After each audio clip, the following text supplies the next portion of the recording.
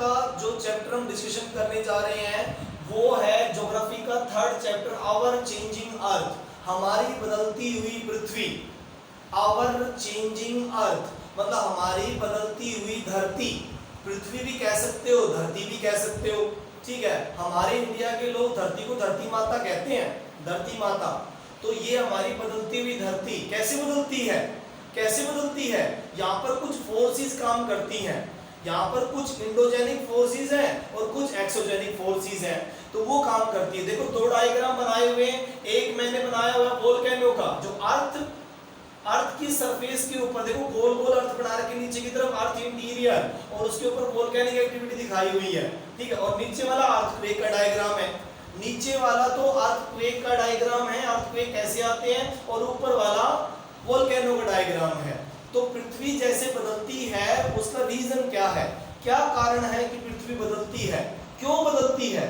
तो भाई सबसे बड़ा रीजन है कि एक तो अर्थ जो है काफी टाइम से रेवोल्यूशन भी कर रही है और काफी टाइम से वो रोटेशन भी कर रही है।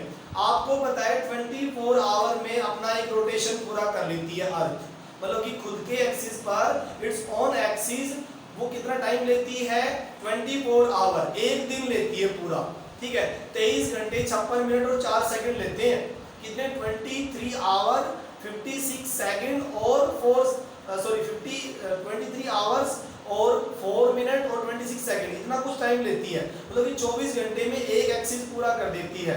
और इसके अलावा रेवोल्यूशन में कितना टाइम लगता है, 365 1/4, मतलब कि 365 दिन और कुछ 6 घंटे, 365 डेज एंड 6 आवर में वो एक रेवोल्यूशन पूरा करती है सन के चारों ओर। ये आपने 6th क्लास में पढ़ा था, ठीक है। सोलर सिस्टम में हमने पढ़ा था ये कि भी अर्थ कितने में रोटेट करती है, 24 आवर में, और कितने में रेवोल्यूशन करती है, 365 1/4 डेज, मतलब कि 365 और 6 आवर, उसमें वो सन के चारों ओर अपने ऑर्बिट पे क्या है, रेवोल्यूशन कर लेती है। तो ये अर्थ जो है एक तो रेवोल्यूशन करती है और दूसरा रोटेशन करती है, तो उसकी वजह से भी बहुत सारे सीजन चेंज होते हैं। रेवोल्यूशन की वजह से सीजन चेंज होता है और रोटेशन की वजह से डे एंड नाइट बनते हैं, तो चेंज तो होता रहता है भाई, चेंज होता रहता है। लेकिन उसके अलावा अर्थ के ऊपर और भी बहुत सारे चेंज होते हैं, और भी बहुत सारे चेंज होते हैं, जैसे कि क्या क्या चेंज होता है, जैसे कि जो क्या क्या चेंज होता है, तो देखिए कैसे चेंज होता है। आवर चेंजिंग अर्थ क्रस्ट जो है लिथोस्फीयर प्लेट, लिखा हुआ है कि हमारी जो बदलती हुई धरती है उसमें चेंज कहां पर आते हैं, चेंज आते हैं लिथोस्फीयर पे। लिथोस्फीयर मतलब जिस पे हम रह रहे हैं, अर्थ क्रस्ट को ही लिथोस्फीयर कहते हैं। अर्थ क्रस्ट भूपर पट्टी जिसके ऊपर हम रह रहे हैं, हम किस पे रह रहे हैं, अर्थ क्रस्ट पे। हमने बताया था ना वो एयर वाले लेसन में हमने डिस्कशन किया था, एयर वाले लेसन में हमने डिस्कशन किया था कि भाई हमारा जो एरिया है, हमारी जो अर्थ सरफेस है उसको लिथोस्फीयर कहते हैं, और वहां पर ट्रोपोस्फीयर भी है। लिथोस्फीयर धरती का धरातल होता है जहां पर सॉलिड रॉक्स होती हैं, और उसके ऊपर एयर भी, यानी कि ट्रोपोस्फीयर भी यहीं पर होता है। तो उसी लिथोस्फीयर की प्लेट्स की बात कर रहा हूं। अभी लिथोस्फीयर की प्लेट क्या होती हैं, जैसे कि एशिया प्लेट, एशिया में हम रह रहे हैं, एशिया कॉन्टिनेंट की प्लेट, ठीक है। उसके बाद दूसरा वाला यूरोप की प्लेट, यूरोप कॉन्टिनेंट की प्लेट, तीसरे वाला अमेरिका की प्लेट, नॉर्थ अमेरिका और साउथ अमेरिका, फिर ऑस्ट्रेलिया की प्लेट, उसके बाद फिर जो आर्कटिक की प्लेट, और फिर कौन सी होती है, एंटार्कटिक की प्लेट। 7 कॉन्टिनेंट की प्लेट हमारे इंडिया पे, सॉरी हमारे अर्थ पे, लिथोस्फीयर पे है। और इसके अलावा ओशियन प्लेट भी है। ओशियन प्लेट कौन सी है, पैसिफिक ओशियन प्लेट, ठीक है, अटलांटिक ओशियन प्लेट, फिर इंडियन ओशियन प्लेट, ठीक है। इस तरह की बहुत सारी बड़ी बड़ी प्लेट, और एंटार्कटिक और आर्कटिक की जो ओशियन प्लेट भी है, ठीक है। तो इस तरह से 4-5 तो ओशियन प्लेट हो गई यहाँ पे, और 7 के लगभग 7 यहाँ पर कॉन्टिनेंट प्लेट हो गई। ये अर्थ क्रस्ट की प्लेट कहलाती हैं, ओशियन प्लेट्स और कॉन्टिनेंटल प्लेट, ये सारी की अर्थ क्रस्ट की प्लेट्स कहलाती है। और ये सारी की सारी प्लेट मूव करती हैं, अर्थ क्रस्ट की प्लेट जो है वो मूव करती रहती है, इधर उधर खिसकती रहती है। खिसकती क्यों है, क्योंकि अर्थ क्रस्ट के नीचे मोल्टन मैग्मा है। अर्थ क्रस्ट के नीचे जो मेंटल लेयर है, हमने पढ़ा था ना, अर्थ क्रस्ट, मेंटल लेयर और कोर लेयर, तो 3 प्रकार की लेयर होती है। तो मेंटल लेयर जो अर्थ क्रस्ट के जस्ट नीचे नीचे है वो तो सारी पिघली हुई है, वो तो सारी पिघली हुई है। बेटा लास्ट में डाउट लेंगे, कर रहा हूँ किस चीज की, कि भाई अर्थ प्लेट्स की। अर्थ प्लेट्स में ओशन प्लेट हो गई और कॉन्टिनेंटल प्लेट हो गई, ऐसी बहुत सारी प्लेट्स होती हैं और ये मूव करती रहती है, इधर उधर खिसकती रहती हैं ये प्लेट्स। क्यों खिसकती है? क्योंकि नीचे मेल्ट फॉर्म में पिघला हुआ मैग्मा पड़ा हुआ है, पिघला हुआ मैग्मा पड़ा हुआ है, सारी रॉक्स अंदर पिघली हुई है मेंटल लेयर में। अर्थ क्रस्ट के नीचे वाली जो लेयर है मेंटल लेयर, वहां पर सब कुछ पिघला हुआ है, इसीलिए अर्थ क्रस्ट की प्लेट इधर उधर मूव करती है। ये बिल्कुल वैसे हुआ जैसे बाल्टी के पानी में बर्फ के टुकड़े पड़े हुए हो, तो बर्फ के टुकड़े इधर उधर खिसकेंगे, तो बर्फ के टुकड़े जैसे मान लो अर्थ क्रस्ट हो गई और जो नीचे पानी है उसको हम क्या कहेंगे? Mental layer. तो उसके ऊपर मूव करती रहती है, वो क्या करती है? मूव करती है। ठीक है, तो देखिए मूव करती है और स्लोली मूव करती है, मूव अराउंड स्लोली, चारों तरफ स्लोली मूव वो करती है। ठीक है, और क्यों करती है? Due to molten magma, earth crust के नीचे मैग्मा यानी कि पिघला हुआ मैग्मा पड़ा हुआ है और उसकी वजह से वो मूव करती है। ओके, अर्थ की मूवमेंट जो होती है, प्लेट की मूवमेंट, वो दो वजह से होती है, दो रीजन की वजह से होती है। अर्थ की मूवमेंट जो होती है वो दो प्रकार से होती है। अर्थ के ऊपर जो भी बदलाव आते हैं, जो भी चेंजिंग आती है, रॉक्स बनती है, वैलीज बनती है, प्लेन एरिया बनता है, माउंटेन्स बनते हैं, या फिर कहीं पे प्लाटू एरिया बनता है, तो वो मेनली दो तरीके से बनता है, या तो इंडोजेनिक फोर्सेस काम करेंगी या एक्सोजेनिक फोर्सेस काम करेंगी। इंडोजेनिक फोर्सेस वो फोर्स होती हैं, इंडोजेनिक फोर्सेस वो फोर्सेस और एक्सोजेनिक फोर्सेस, इंडोजेनिक फोर्सेस और एक्सोजेनिक फोर्सेस। ठीक है, एक्सोजेनिक फोर्सेस, इंडोजेनिक फोर्सेस जो अर्थ के अंदर काम करेंगी, अर्थ के अंदर काम करेंगी, एक्सोजेनिक फोर्सेस अर्थ के बाहर काम करेंगी, अर्थ के बाहर काम करेंगी। ठीक है, तो इंडोजेनिक फोर्सेस जो अर्थ के अंदर काम करती है उनको सडन फोर्सेस भी कहते हैं। उनको क्या कहते हैं? Sudden forces. वो अचानक बनती हैं, अंदर की फोर्सेस जो अंदर से काम करेंगी।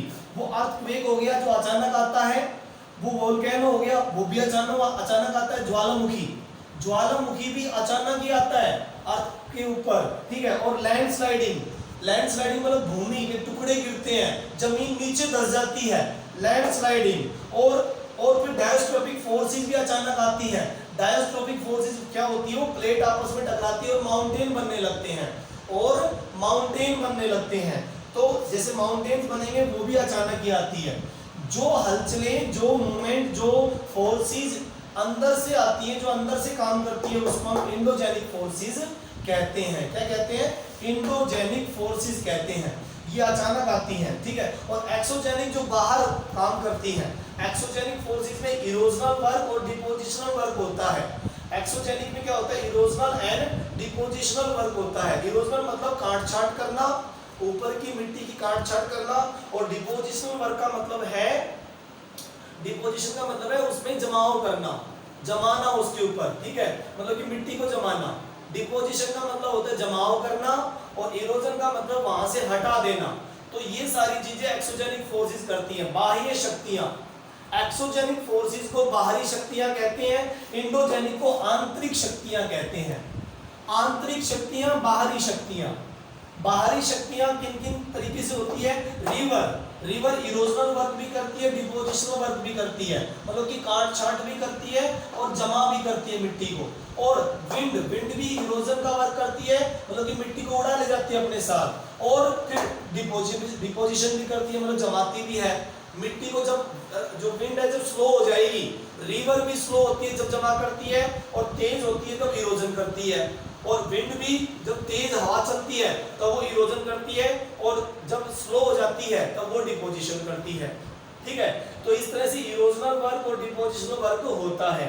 ठीक है, सी वेव्स, समुद्र की लहरें, समुद्र की धाराएं, ये भी क्या करती है? इरोजनल और डिपोजिशनल वर्क करती हैं। बहुत ज्यादा लेवल पे इरोजनल और डिपोजिशनल वर्क करती है। ग्लेशियर, बर्फ की नदियां, ऊपर से पहाड़ों से जो बर्फ पिघलकर और बहकर तेजी से आती है उसको ग्लेशियर कहते हैं। बर्फ की नदी ग्लेशियर, ग्लेशियर जब पिघलते हैं तब वो भी इरोजनल और डिपोजिशनल वर्क करते हैं। तो ये दो प्रकार की शक्तियां होती हैं जो अर्थ के ऊपर मूवमेंट करेंगी, अर्थ के ऊपर कोई ना कोई हलचल करेंगी। कौन सी? इंडोजेनिक फोर्सेस, जिसमें अर्थक्वेक, वोल्केनो, लैंडस्लाइडिंग और बिल्डिंग मूवमेंट, माउंटेन्स मतलब कि डायस्ट्रोपिक फोर्स की बिल्डिंगें बनती हैं जब प्लेटें आपस में टकराती हैं और एक दूसरे पर चढ़ जाती हैं ऐसे फोर्स के थ्रू, तब माउंटेन बनने लगते हैं। हिमालय माउंटेन इसी तरह से बना है, हिमालय माउंटेन इसी प्रकार से बना है। ओके, अगला है erosional and depositional work. Erosional मतलब काट छांट का काम, मिट्टी को काटना छांटना, और डिपोजिशन मतलब मिट्टी को जमा करना।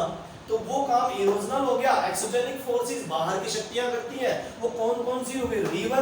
रिवर भी इरोजनल और डिपोजिशनल वर्क करती है, विंड भी इरोजन भी करती है, डिपोजिशन भी करती है, सी वेव्स इरोजन भी करती है, डिपोजिशन भी करती है, और ग्लेशियर भी इरोजन और डिपोजिशन दोनों करते हैं। अब देखिए हम वोल्केनो का डायग्राम देखते हैं। वोल्केनो ज्वालामुखी, ज्वालामुखी का हिंदी में अर्थ होता है ऐसा पहाड़ या ऐसी जगह जिसके मुंह से ज्वालाएं निकल रही हो, जिसके मुंह से आग निकल रही हो, वो ज्वालामुखी होगा, वोल्केनो होगा।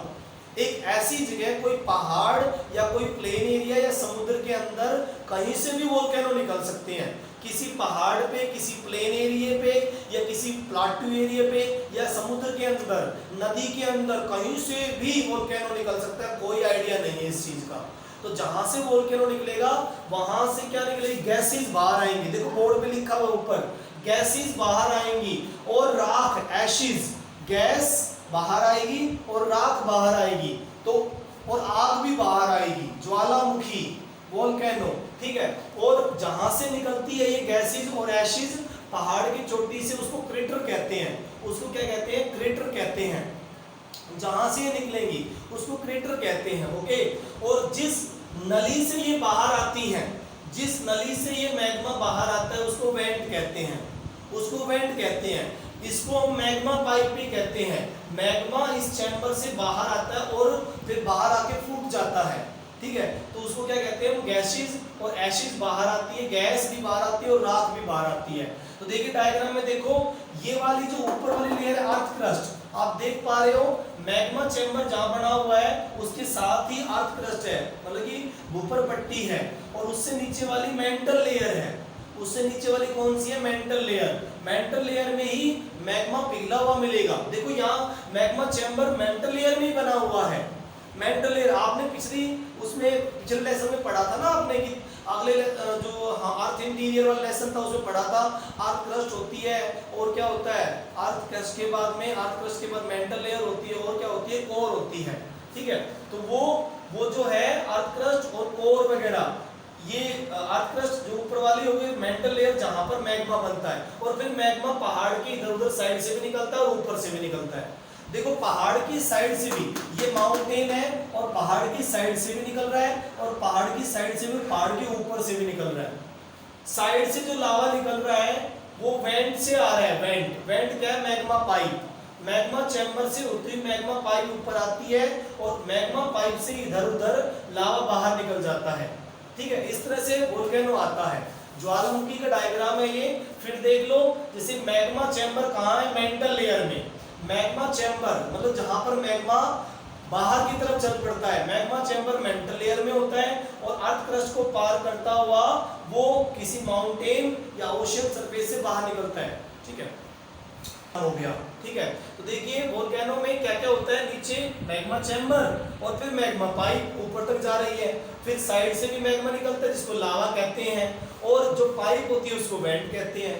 जो ऊपर तक जो पाइप जा रही है जहां पर क्रेटर है, क्रेटर मतलब वो जगह, वो छोटी सी झील, पहाड़ी की चोटी पर छोटी सी झील, एक छोटी सी लेक, उसको क्रेटर कहते हैं, स्मॉल लेक, वहां से वोल्केनो बाहर आता है, ठीक है। तो वोल्केनो एक्टिविटी ऐसे होती है, और जब वो फटता है तो तेजी से गैसें बाहर निकलती है, और धुआं बाहर आता है, स्मोक बाहर आता है, और राख ही राख फैल जाती है चारों तरफ, और बहुत ज्यादा हाई हीट से मैग्मा बाहर आता है लावा शीट्स के रूप में। ओके, तो देखिए अब अगले वाला देखते हैं, अर्थक्वेक। अर्थक्वेक का डायग्राम बना हुआ है। अर्थक्वेक का मतलब अर्थ शेकिंग, अर्थ हिलती है, ऐसे कांपती है अर्थ और भूकंप आने लगता है। भूकंप के झटके महसूस होते हैं, बिल्डिंगें गिर जाती हैं, नुकसान होता है बहुत ज्यादा। तो अर्थक्वेक कब आएगा? जब वोल्केनो आएगा। इसलिए मैंने वोल्केनो का पहले डायग्राम बनाया कि जब भी किसी पहाड़ की चोटी पर क्रेटर से वोल्केनो बाहर आएगा, या किसी मैदानी एरिया में वोल्केनो फटेगा, या किसी प्लाटू एरिया में वोल्केनो फटेगा, तो धरती जो मूव कर रही है वो एकदम से शेकिंग करेगी। शेकिंग मतलब कि हिलना, ऐसे हिलेगी, और वो क्या आएगा? भूकंप आएगा। अर्थ के नीचे से भूकंप बनता है, अर्थ क्रस्ट के नीचे से भूकंप बनता है, जिसको फोकस सेंटर बोलते हैं। जहां से तैयार होता है भूकंप, उसको जहां से शुरू होता है भूकंप जहां से शुरू होता है उसको फोकस सेंटर कहते हैं, और अर्थ सरफेस पे जहां पर वो पहुंचता है उसको एपी सेंटर कहते हैं। ये दो चीज याद रखना, फोकस अर्थ के नीचे, अर्थ क्रस्ट के नीचे वाले पार्ट में जहां से भूकंप शुरू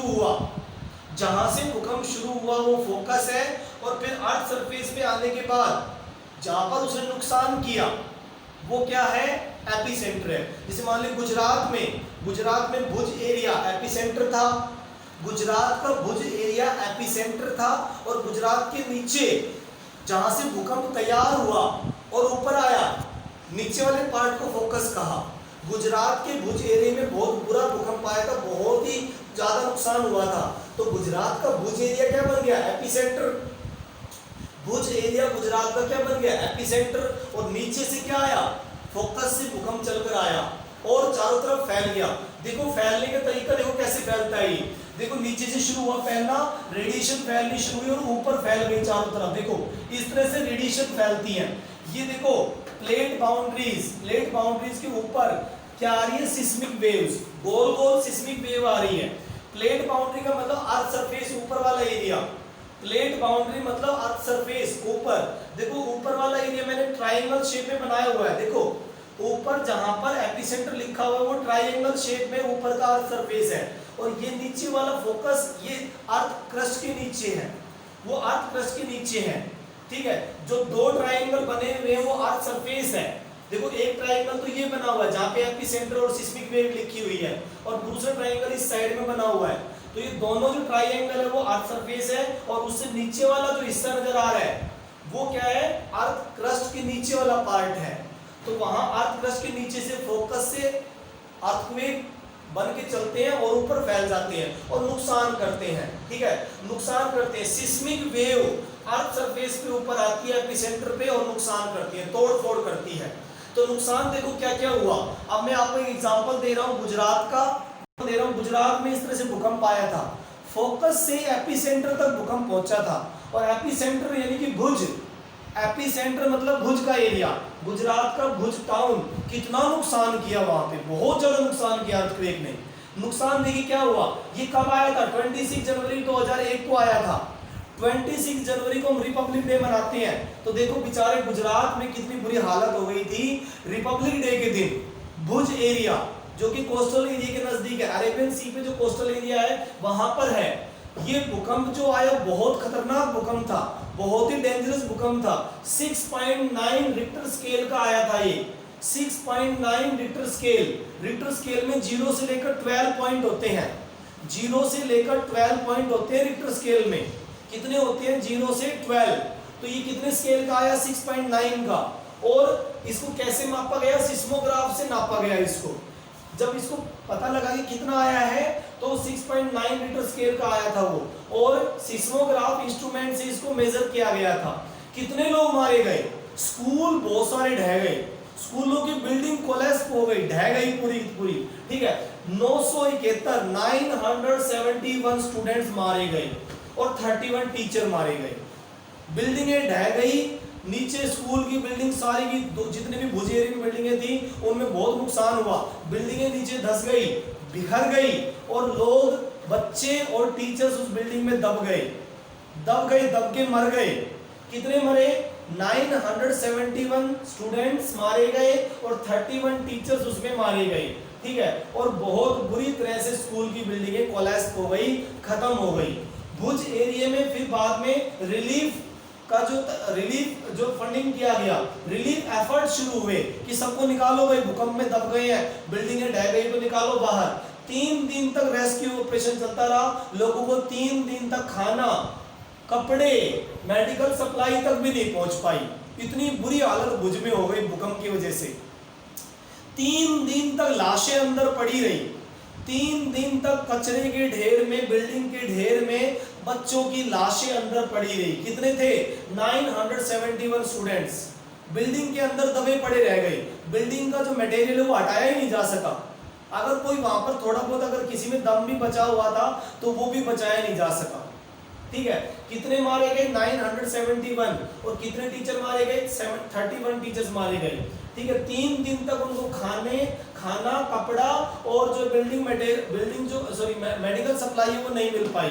ठीक है, और कितना बड़ा डिस्ट्रक्शन हुआ।